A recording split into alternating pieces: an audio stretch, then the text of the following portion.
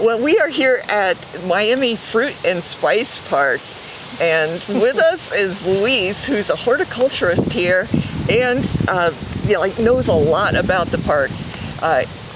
Behind us is the entrance to the park. That's important because you're going to want to visit this place. But Louise, could you tell us a little bit about the history of the park? Sure.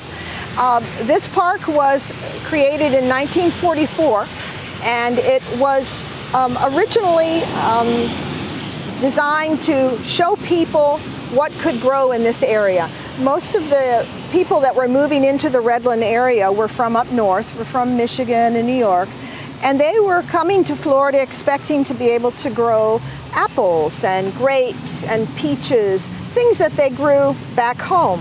But when they got here and they planted those things and they miserably failed, they realized this isn't going to work. And it didn't work because this is a tropical climate and soil, different kind of soils. So this park was kind of like a demonstration area to show people what they could grow. Instead of growing peaches, they could grow mangoes. They could grow jackfruit, lychees, longans, guava, all these wonderful tropical flavors and trees that they weren't able to grow up north. So this park was a demonstration farm, sort of, for up until about the 1970s.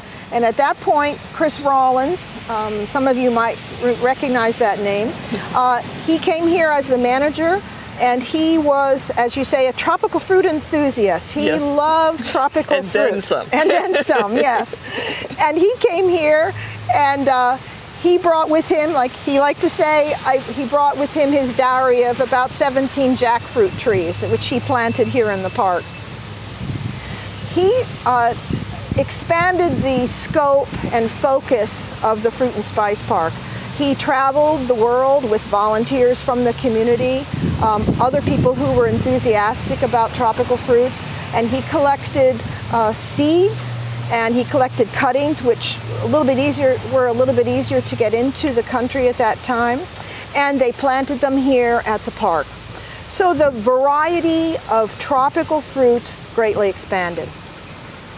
Well, in 1992, Hurricane Andrew came, and since the eye went right over here, this park was just leveled.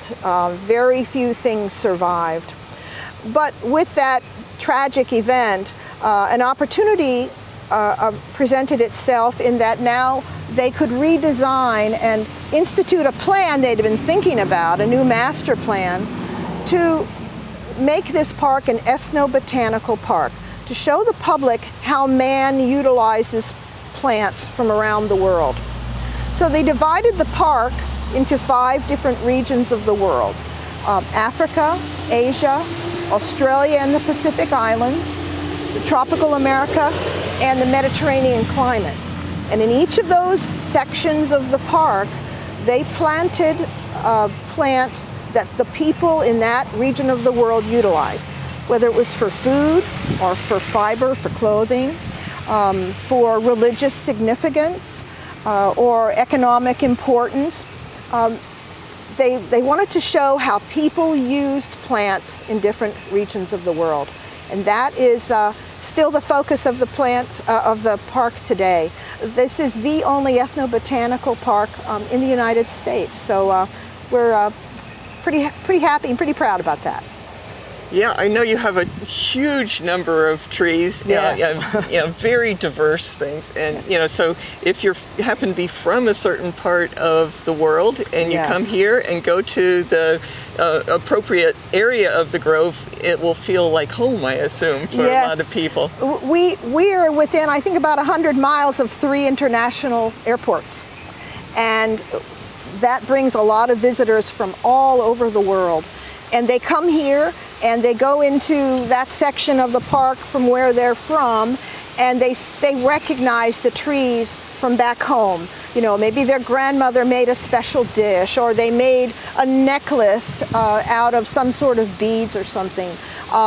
It has an instant connection to the majority of people that come here. So I know that this is a very popular place, but especially on weekends, I assume. Yes, it is. Saturday and Sundays are quite busy. But it's a 40-acre park, so you can spread out. Right. But if you like a little bit more relaxed, a little bit quiet visit, during the week is a little bit better time. Yeah, it's great. You know, we are here in the middle of the week, and there are very few people right now. Right. And so, you know, I'm hoping to take a look inside the park, but I do want to, you know, like mention again that this is a great destination. And when you get here, hopefully you can get here during the week and not on the weekend. So you have lots of parking opportunities. And you go into this house here, actually, I guess did it used to be a house? It's a replica of a schoolhouse. Oh, okay. And this replica of the schoolhouse used to live right across the street where the church is now. And Hurricane Andrew leveled it. So they were able to resurrect or redesign. Recreate. Recreate the schoolhouse right here. And the old cafe is a typical pioneer house. So yeah, you definitely, I mean, there's stuff to buy in there, but that's also the entrance to the park. And so you can go through the park, and then after you see all the wonderful things, you can go to the cafe and eat. Yes. Yes. Well, and also too, we have that rule that you're welcome to sample any of the fruits that have fallen onto the ground here in the park. Just make sure you know what it is, because there are a few fruits that could make you give you a stomach ache. But they're well marked within the park. But you're more than welcome to share with the rabbits and the raccoons any fruit that you find on the ground. Yeah, that I'm sure is a very popular part of the whole experience. It is, especially during mango season. Yes. Well, thanks very much. You're welcome. I'm hoping that you can show us one of those areas of the park right now. Will do. Sounds good.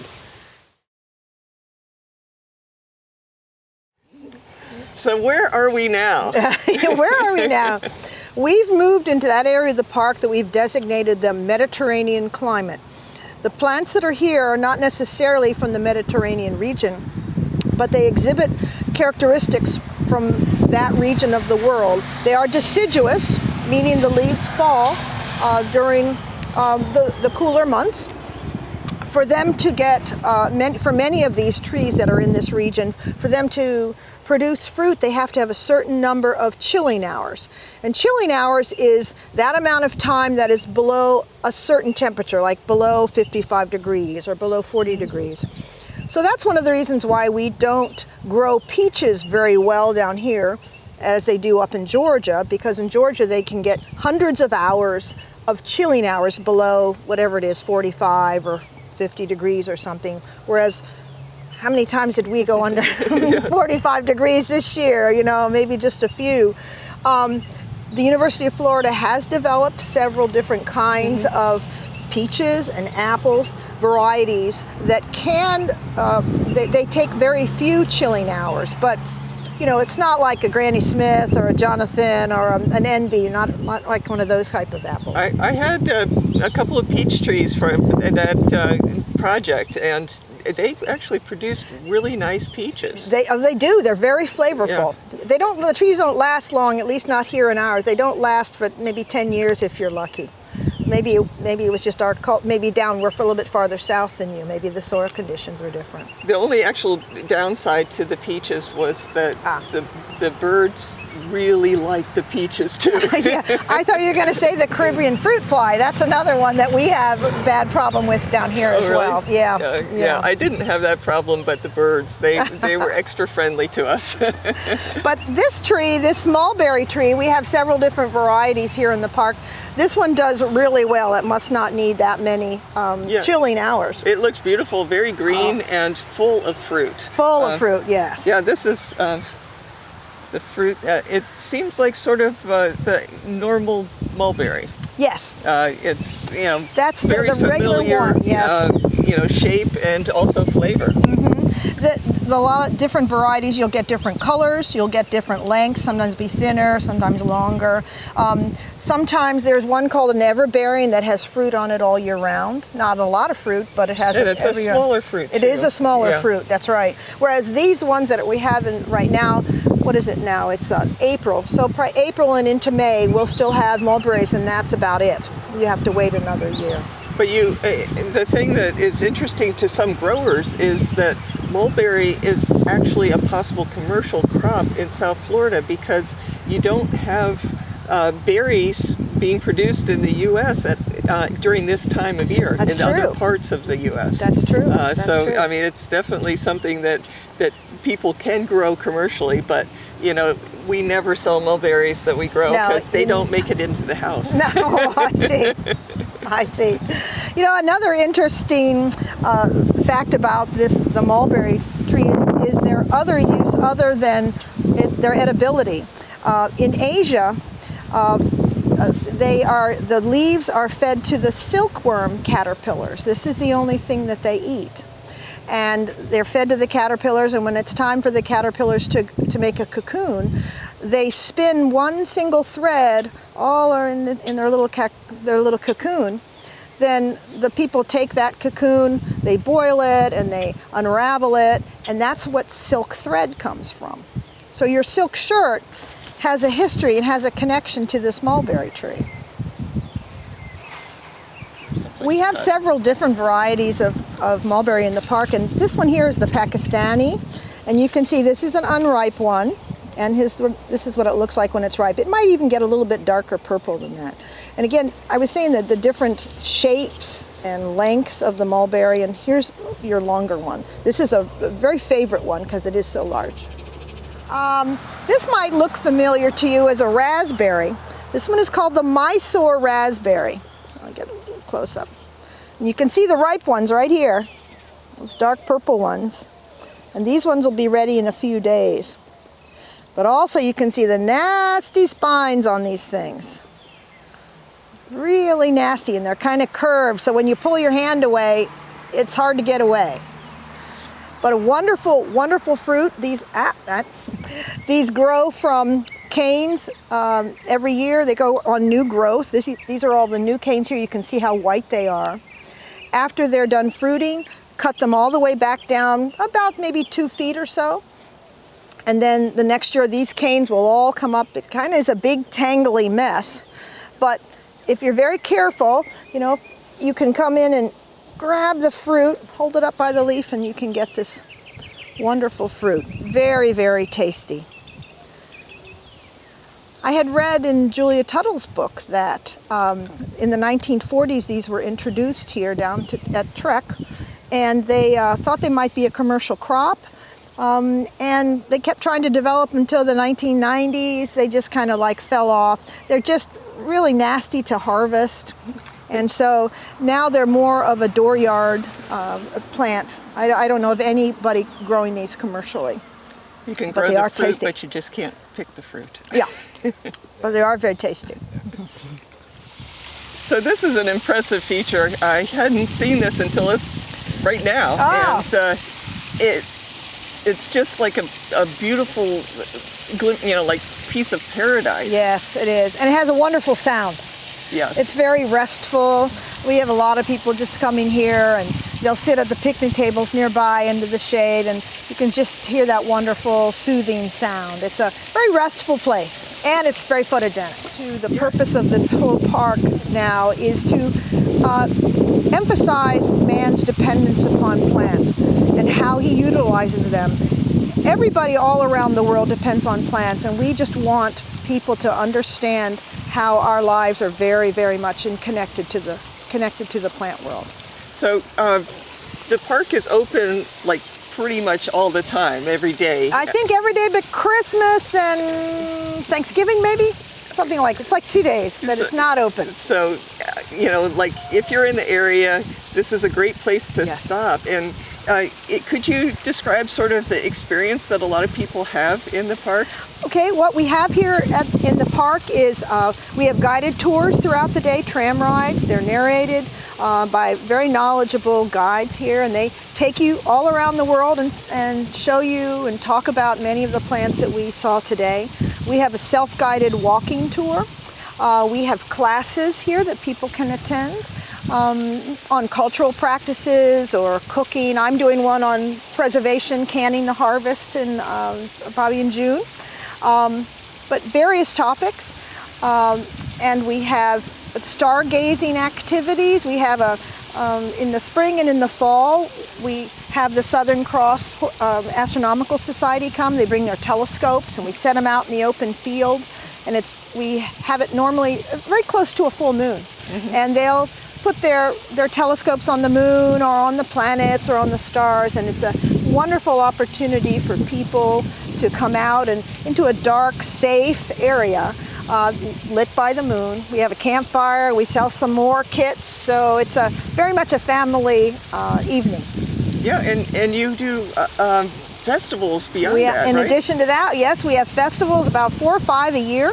They're scattered pretty much throughout the year. We have a heritage festival that talks about the heritage, the area, the history of the area, and it celebrates the plants and the fruits that we have here. We just had a blues and barbecue festival where we had blues bands come. We had barbecue trucks for selling barbecue. Sounds like fun. It was great, very relaxing.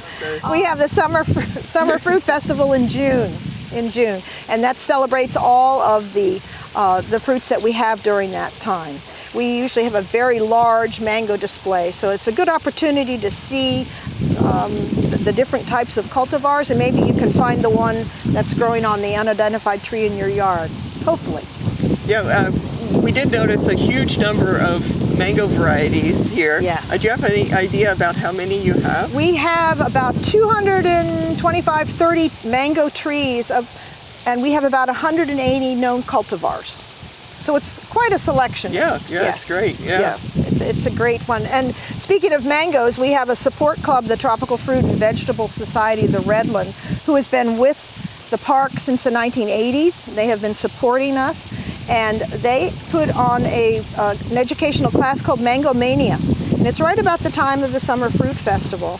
And they collect many different types of mangoes, and they give samples. You eat till you're sick of mangoes.